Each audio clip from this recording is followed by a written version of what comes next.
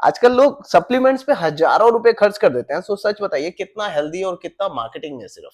देखिए ऐसा है कि सप्लीमेंट में कुछ तो ऐसे वाइटल सप्लीमेंट्स हैं हम्म। जो मैंने आइडेंटिफाई किए हैं जो कि इंसान को टाइमली लेने चाहिए। ओके। जिसमें एक विटामिन डी आता है, हम्म। जिसमें एक बी 12 आता है।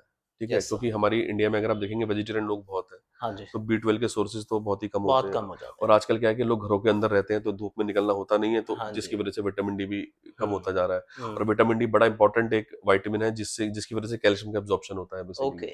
और बी 12 जो है वो हमारे नर्व्स के लिए बड़ा इंपॉर्टेंट है बेसिकली। अच्छा। राइट, तो ये दो चीजें, इन दो चीजों को छोड़ के मेरे को लगता है कि बाकी चीजें तो हमें खाने से इजीली मिल जाती है, ज्यादा जरूरत है हम्म। नहीं बेसिकली। हम्म। तो इन दो चीजों को ही मैं थोड़ा सा बोलता हूँ लोगों को कि थोड़ा चेक कराते रहिए अपने आप को। और क्योंकि 3 महीने में चेक करा लीजिए, अगर कम है तो थोड़ा सप्लीमेंट, थोड़ा उसको सप्लीमेंट सप्लीमेंट लेना आप चाहिए। ले लीजिए बेसिकली। तो सप्लीमेंट लिया जा सकता हाँ, है और बेसिकली। विटामिन डी की मैं एक बात और बताता हूँ कि विटामिन डी का एक कारण और है कम होने का, हम्म। कि हमारा जो पानी चेंज हुआ।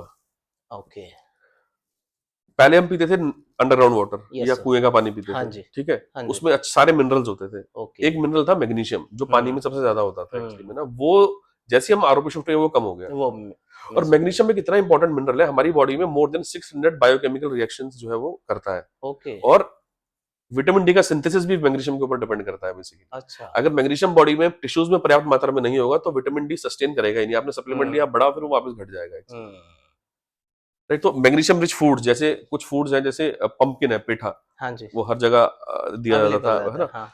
तो पंपकिन को खाना चाहिए, पंपकिन के हम्म। सीड्स जो है आपको खाने चाहिए, ठीक है। हम्म। फिर उसके बाद आपको कुछ मैग्नीशियम सप्लीमेंट भी आप ले सकते हैं जो मार्केट में आते हैं। मैग्नीशियम हाँ जी। सप्लीमेंट भी बहुत जरूरी है बेसिकली अच्छा। विटामिन डी के साथ, अगर हमें विटामिन डी को लंबा सस्टेन कराना है एक्चुअली।